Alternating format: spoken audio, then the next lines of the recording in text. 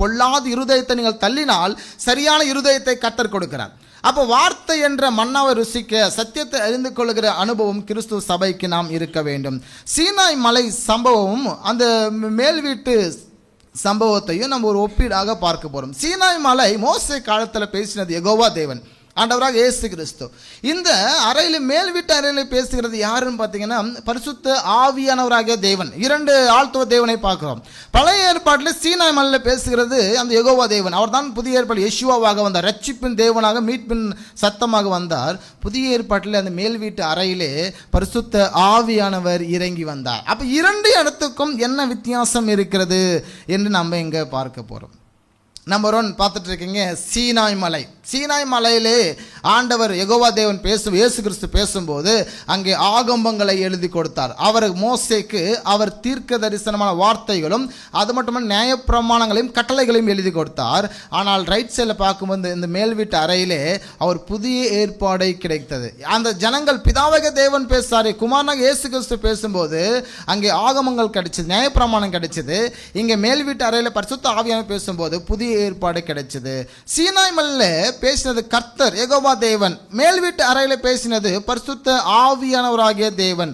இங்க சீனாய் மலையிலே கர்த்தர் பேசியது எல்லா மொழி மக்களுக்கும் விளங்கினாங்க. இஸ்ரேல் மக்கள் மாத்திரமல்ல, சில எகிப்தியர்களும் இருந்தார்கள்.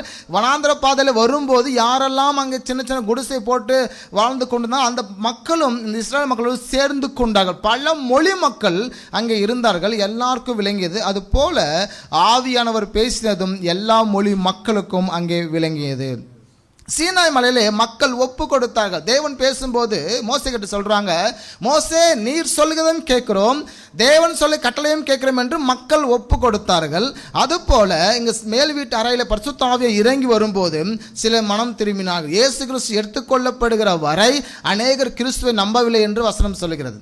அப்படி இருக்கையில் பரிசுத்த ஆவியானவர் வரும்போது அநேக ஜனங்கள் மனம் திரும்பி கிறிஸ்துவின் அந்த உயிர்த்தெழுதலை நம்பினார்கள். எங்க மேல் வீட்டு அறையிலே சீனாய் மலை என்று வாசிக்கும் போது அந்த மலையிலே அக்கினி இறங்கி அங்கே ஒரு அடையாளம் காணப்பட்டது. மேல் வீட்டு அறையில் என்ன நடந்தது என்றால் சீடர்கள் அக்கினியாக ஜுவாலித்தார்கள், அந்த அனல் போல ஜுவாலித்தார்கள், இடிமுழக்கம் சத்தம் போல அவங்களுக்கு இருந்தது.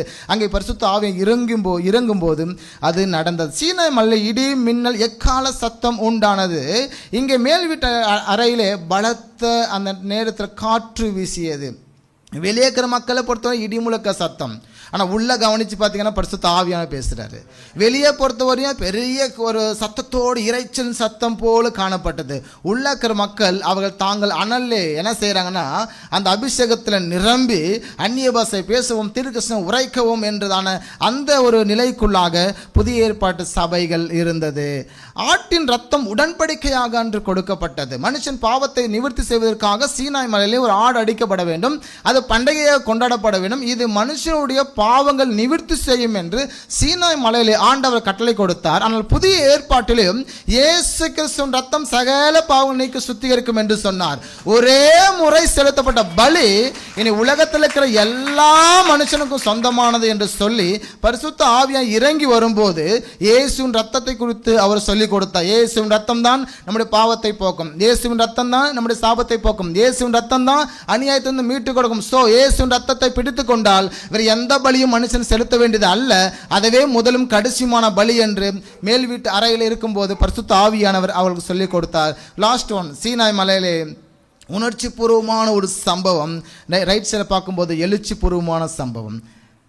சீனாய் மலை யெகோவா தேவன் பேசும்போது எல்லா ஜனங்களும் பரவசம் அடைந்தார்கள். பிதாவாக தேவன் பேசுவது போல, யெகோவா தேவன் பேசுவது போல அங்கே கண்டார்கள். எல்லாருக்குள்ள ஒரு பரவசம் ஏற்பட்டது. ஆனால் புதிய ஏற்பாட்டில் பரிசுத்த ஆவியானவர் இறங்கும் போது எருசலேமிலே மக்கள் சிதறினவர்கள் எங்கும் போய் சுவிசேஷம் சொன்னார்கள். ஹல்லேலூயா. அப்போ ஒரு எழுச்சின் மீட்பு இந்த மேல் வீட்டு அறையிலே வந்தது. பரிசுத்த ஆவியானவர் தான் நமது மூலதனமான ஒன்று. இன்னைக்கு இருக்கிற இந்த பூமியில் இருக்கக்கூடிய கடவுள் அப்படின்னு பார்த்தீங்கன்னா பரிசுத்த ஆவியானவர். அப்போ குமாரன் இயேசு கிறிஸ்து எங்கே இருக்கிறாரு? பிதாவின் வலது பரிசு நமக்காக என்ன செய்கிறார்? பெருமூச்சுகளோடு வேண்டுதல் செய்கிறார்.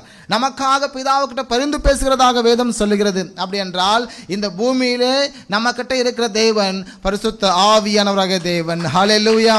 அந்த பரிசுத்த ஆவியானவர் தேவனை தான் நாம் தொழுது கொள்ளும் போது அவர் நம்மை நடத்தி மனவாட்டியாக ஏற்படுத்தி அவரை பாதுகாப்பாக நம்மை பாதுகாப்பாக பரலோகத்துக்கு கூட்டிகிட்டு போகிறார். நம்ம ஆல்ரெடி ஒரு சம்பவத்தை கவனித்தோம்.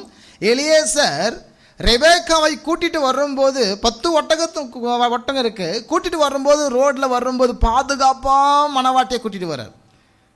தன் மணவாளன் ஈசாக்குக்காக ரெபேக்காவை ரொம்ப பாதுகாப்பாக, வனாந்தர பாதை இருக்குது, மழை வந்திருக்கும், புயல் வந்திருக்கும், மலை காடு எல்லாம் வந்திருக்கும், ஏமாத்திரம் வந்திருப்பான், ரோட்டில் விலங்கு ஏதாவது வந்திருக்கும், எல்லாவற்றிலும் ரெபேக்காவை பாதுகாத்து கொண்டு வந்தார். சரியாக கொண்டு வந்து ஈசாக்கு கிட்ட சேர்த்துற வரையும் அந்த எலியேசர் பொறுப்பெடுத்து கொண்டார். அப்போது ஒருவேளை ரெபேக்கா கொஞ்சம் தூரம் போனோடனே, எலியேசர் உங்க கூட என்னால் வர முடியாது, ரொம்ப கஷ்டமான பாதை போலுக்குது, நான் பொண்ணாக வேறு இருக்கிறேன், தனியாக வந்து என்ன ஆகும், அப்படி ரிட்டன் ஓடிட்டு இருந்தா ஈசாக்கை அடைந்திருக்க முடியுமா?